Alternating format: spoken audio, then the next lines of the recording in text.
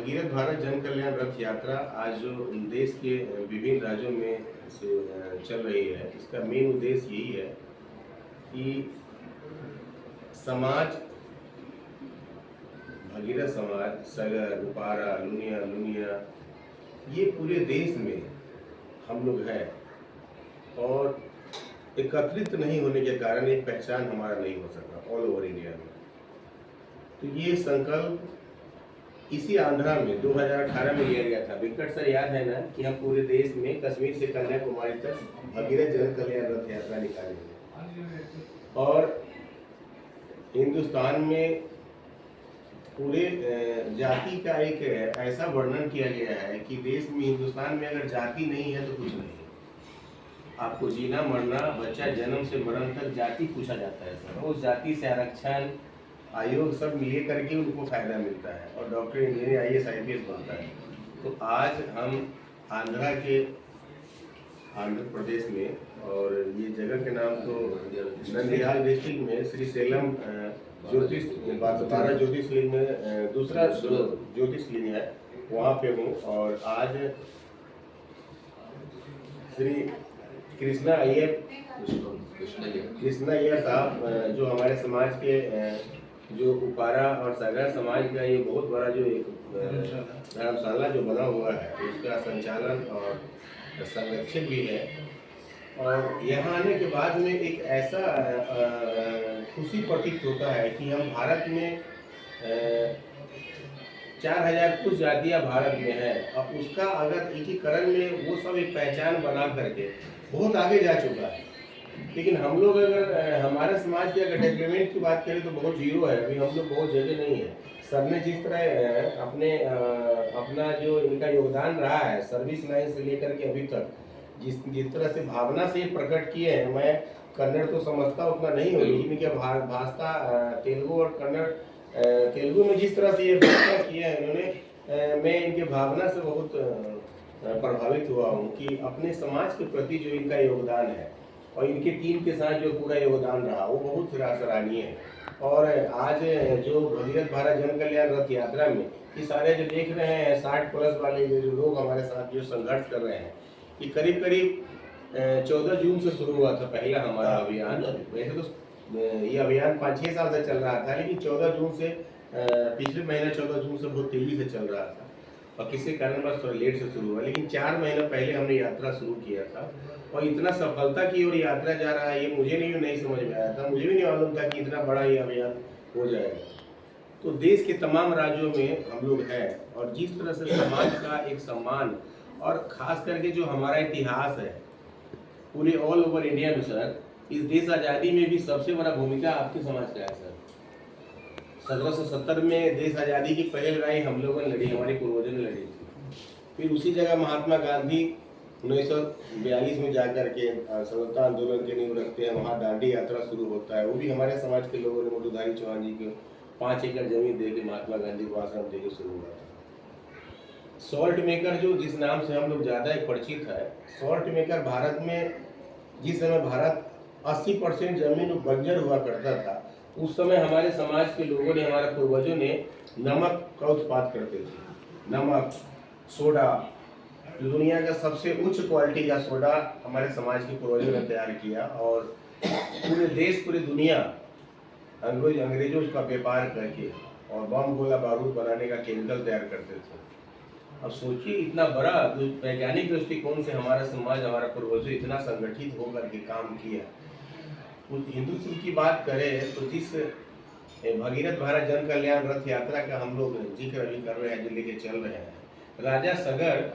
के चौथे कुल में महर्षि भगीरथ पैदा होते हैं और वो अपने 60,000 पूर्वजों का जो अश्वमेध यज्ञ उन्होंने किया था राजा सगर, और वो घोड़ा इंद्र भगवान ने चुरा लिया था। वो घोड़ा ढूंढने के लिए उनके 60,000 पूर्वजों जो है वो आश्रम में उनके बांध दिया था और वो स्वामी जो थे उनका,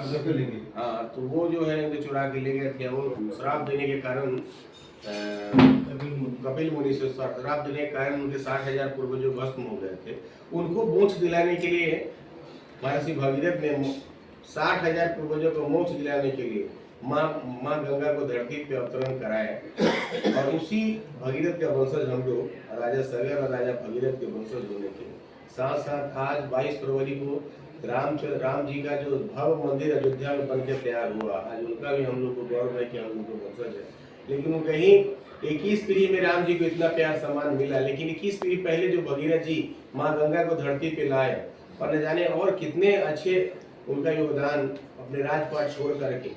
एक सन्यासी रूप लेकर के माँ गंगा को धरती पे लाने कितना कष्ट किया। हम लोग उनको एक मार्ग, एक नाम, एक सम्मान हम लोग जानने के लिए भारत के तमाम गंगा घाट पे भगीरथ जी के स्टेचू लगाने का हम लोग सरकार से मांग कर रहे हैं और हरिद्वार के हर की पौड़ी पे भगीरथ जी का सबसे बड़ा स्टेचू लगाने की मांग कर रहे हैं और एक बड़ा देश में विश्व व्यापी करके एक भगीरथ यूनिवर्सिटी की मांग कर रहे हैं हम लोग और एक आयोग, सगर भगीरथ आयोग हमें एक नाम से जाना जाए हमारे समाज के लोग, ये हम लोग का एक संकल्प है। आयोग जिस समाज के लिए बना वो समाज आज बहुत आगे विकास कर गए, आरक्षण भी मिल गया और आयोग भी उसके लिए बन गया। ना हमें आरक्षण मिला ना हमें आयोग बना, तो हमें एकीकरण के लिए जो है आज हम अपने पहचान के लिए जो हम दर दर भटक रहे हैं और न जाने हमारे समाज का कितना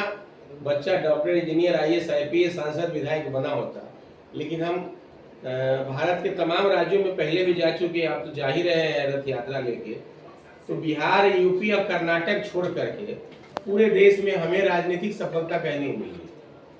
बिहार, यूपी में और एक विधायक कर्नाटक में बनते हैं प्रोफेसर सेठी साहब, किसी भी पार्टी का हो, लेकिन हमें हमारा उचित अधिकार किसी ने नहीं दिया और भारत में तकरीबन हमारी आबादी जो है समाज की 20 करोड़ से ऊपर है, लेकिन फिर भी एक नाम, एक पहचान नहीं होने के कारण ये हमारा समाज का दुर्गति है। तो मैं आप लोग से भी आह्वान सोशल मीडिया के माध्यम से कर रहा हूँ कि आने वाला 29 फरवरी 2024 देश की राजधानी रामलीला मैदान में जहाँ अन्ना हजारे रैली अपना आंदोलन शुरू किया था, हम लोग वहीं अपना शुरुआत कर रहे हैं और हम लोग जो मांग है, किस मांग, उस मांग को फिर से हम लोग सरकार के नज़र में डाल करके किस मांग है कि हम लोग सरकार से मनवाएंगे 29 फरवरी को और लाखों की संख्या में जब हम लोग आएंगे सर तो हमारी मांगे जरूर माने जाएंगे। और एक हम लोग, सर ने बताया कि एक हम लोग कितना संघर्ष किए 78 से लेके आज तक, और सर रिटायरमेंट होने के बाद भी देखिए कितना मेहनत कर रहे हैं भवन चलाने के लिए, धर्मशाला चलाने के लिए।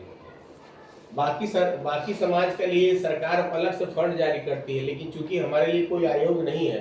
तो हमारे लिए फंड नहीं जारी होता है। जिस दिन हमारे लिए आयोग बन जाएगा सर, आप सोच नहीं सकते हैं कि कितने बच्चे डॉक्टर, इंजीनियर, IAS, IPS, सांसद, विधायक भी आपका बन जाएगा, क्योंकि आपका रिजर्वेशन कोटा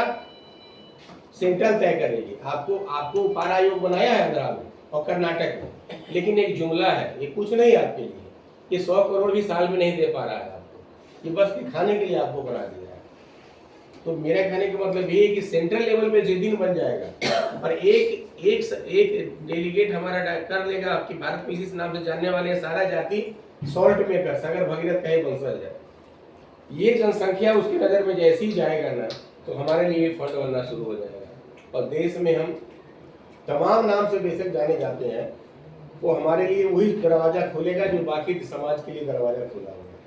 आज देखिए ना, गृह मंत्री, प्रधानमंत्री अपने गर्व से कहते हैं कि मैं अपने इस समाज का हूँ। आज देखिए हर स्टेट में OBC का मुख्यमंत्री बन रहे हैं, बाकी समाज का मुख्यमंत्री बन रहे हैं, हमारा प्रधानमंत्री सब लोग उनका बन रहा है OBC में, हमारा क्यों नहीं बन रहा है सर? कि हमें कोई जानता ही नहीं। तो ये हमारा एकीकरण के लिए जो हमारा एक मिशन है भगीरथ भारत जन कल्याण रथ यात्रा, आपका भाई हरीश चौहान ये दिल्ली से जो लेके चला है और हमारे भीष्म पिता ये वेंकट राव सर का सबसे बड़ा योगदान है कि इनके मार्गदर्शन में ही आज जो भी कुछ मैं किया। और इस दुनिया में हमारे समधी नहीं है, राम उद्गार महतो जी बिहार सरकार के ज्वाइंट सेक्रेटरी से रहे, रिटायर हुए थे, अब इस दुनिया में नहीं है, मैं उनको नमन प्रणाम करता हूँ। लेकिन ये आप दोनों का प्रेरणा है और कि आज मैं ये अभियान को सफल बनाने के लिए बेंगलोर में जी प्रसाद जी है, उनसे भी मिलके बहुत मैं इंस्पायर हुआ था और सर से मिलने के बाद तो अय्यर साहब से मिलने के बाद मुझे और जीना है तो कुछ करना है हम लोग को। समाज के लिए। और देश के तमाम जो लोग हमारे समाज के जो पूर्व में जितना भी काम किए हैं, मैं सबको धन्यवाद तारीफ करता हूँ कि उन लोग का योगदान जो था वो सब लोग का बीज बोया हुआ है, आज हम सफलता की ओर बढ़ रहे हैं। चाहे इसमें मुनीम सिंह चौहान हो, कृष्ण कुमार भारती हो, रामलू सागर हो, देश में तमाम जो लोग हैं जो इस काम को किया, मैं सबको बहुत बहुत बधाई धन्यवाद देता हूँ कि आपका जो है मार्गदर्शन से ही आज हम ये सफलता की ओर बढ़ रहे हैं। बहुत बहुत धन्यवाद।